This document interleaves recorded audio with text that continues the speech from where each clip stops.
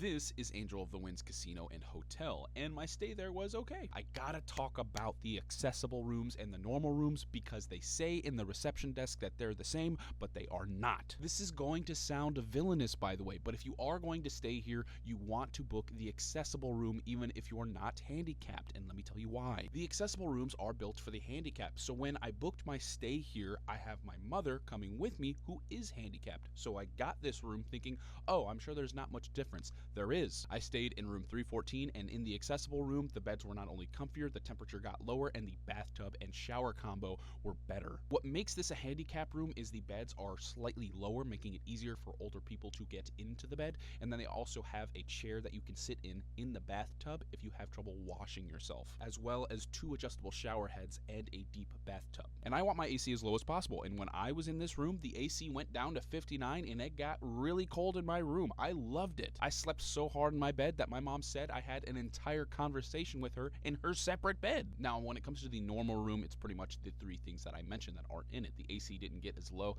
the beds were not as comfy, and it was a standing shower. The curious thing about this is that when I went to the reception desk, they said there was no difference in the beds when there very clearly was. Now, when it comes to the casino's restaurants, one place that I definitely suggest you do not eat at is Jade Fusion. Oh my god, this place was terrible. And this is the first time food at a restaurant has been all around negative. There is no redeeming qualities to this food. We got the Vietnamese chicken wings, calamari, and Dan Dan noodles. The tastiest thing was the chicken wings, but it was so overpriced and the chicken wings were so small that it just wasn't worth it. And when it comes to the Dan Dan noodles and calamari, the Dan Dan was so flavorless that it felt like I was eating nothing. And the calamari, while it is a large quantity, was simply spicy. It felt like I was eating peppers and that's it. They do give you a sauce with it, but the sauce, once again, is also pretty much flavorless. If you're staying here, don't eat here. One restaurant you'll probably be eating at most of the time on your visit is Katie's Kitchen. Not only are the meals edible, they're also under $10, which is so rare to see nowadays. Me and the mother got a fried salmon meal and a popcorn shrimp meal. Both of these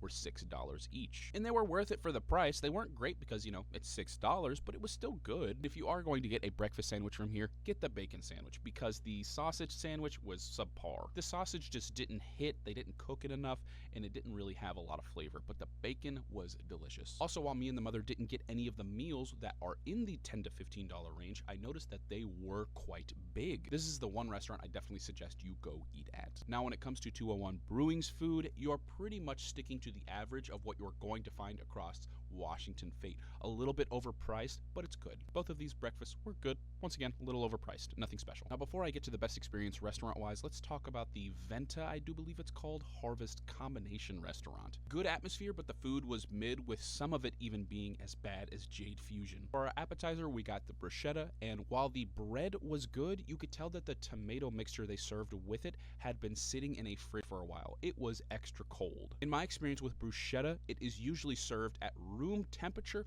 or very slightly chilled. Besides that though, the flavors were there. It was okay. And for my entree, I got the Denver steak Aldo, and I asked for it to be medium rare, and my mom got the chicken parmesan pasta. My steak was served with potatoes and broccolini, and the broccolini was the worst part. It felt like they had just chopped it and put it on my plate without cooking it in any way whatsoever or seasoning it. I didn't even end up touching it because of how hard it was to chew through. However, the potatoes were surprisingly the best part, not the steak. They were a roasted wedge cut, I do believe, which had this parmesan saltiness to them that really went together. And while my steak wasn't great, it was good. You could tell that if they had let it rest for just a bit longer, it would have reached the medium rare temperature that I requested. The sauce underneath it complemented it very well. But what do y'all think from this picture? Is that medium rare or closer to rare? Now, the chicken parmesan pasta that my mom got, she said was awful. Once again, she said there was no flavoring here whatsoever, and I tried it to confirm it, and she was right. It tasted like they had simply thickened it with a bunch of flour and then threw it on a plate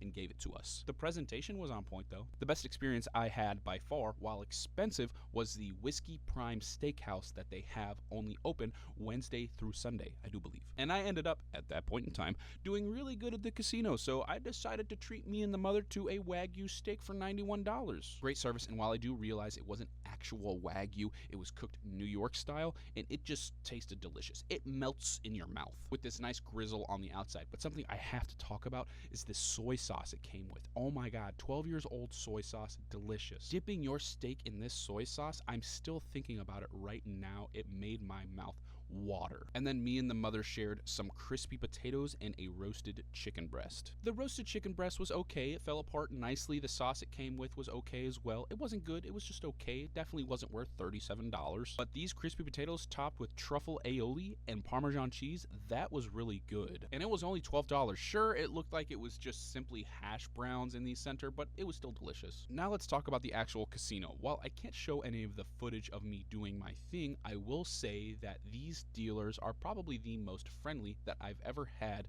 when going to any of the casinos surrounding me. And they were not afraid to talk smack about any of the other casinos. I was not aware of it, but a lot of the people who worked here had came from Silver Reef, and apparently Silver Reef treats their dealers pretty bad. But then again, this was coming from people who were actively working and being monitored, so maybe they were lying for the sake of their job. Something I didn't like about the blackjack tables is that all of them had a machine shuffler. I don't like that. I don't like machine shuffling cards. I want to see that shit done in front of me. And by the way, I do want to mention that I did end up doing well here, but I still do not like machines doing things for us. I want to see that dealer slip his fingers into the cards and shuffle them nicely. My only other complaint, and it was only for one of the 3 nights that I stayed, is that the cocktail waitresses on a Wednesday night did feel lacking. This place definitely had the best vibes, personality, and dealer-wise, and it also had the best floor setup. Nothing feels too congested when walking around this casino. And do not forget about those accessible rooms, by the way. Out of all of the hotels I've stayed at in Washington State, I want to say that these beds in the accessible rooms are the most comfy. I thought I was done for a second there, but then I forgot to mention they have a bowling alley. And oh boy, look at these prices. They are ridiculous. Luckily, they do have a lot of deals during certain times of the day, which do make it a lot cheaper. Also, once again, I did do good at this casino, so all of my points paid for my 1 hour of playtime here. I also like how all of the bowling balls are billiard style. My only critique of this place is from my mother, who said that the lanes were extra oily, resulting in oily balls. And when I'm touching my balls, I do not like them oily, y'all. But do look out for those deals that they have for Strikers Bowling Alley, because if you do go, I do believe the deals happen from 11 a.m. to 4 p.m. All in all, does this place have the comfiest beds when it comes to the accessible rooms? Yes. The only thing that really holds this place back from me choosing this casino as my favorite place are the restaurants and the fact that all of the machines are at blackjack tables. Don't eat at Jade Fusion.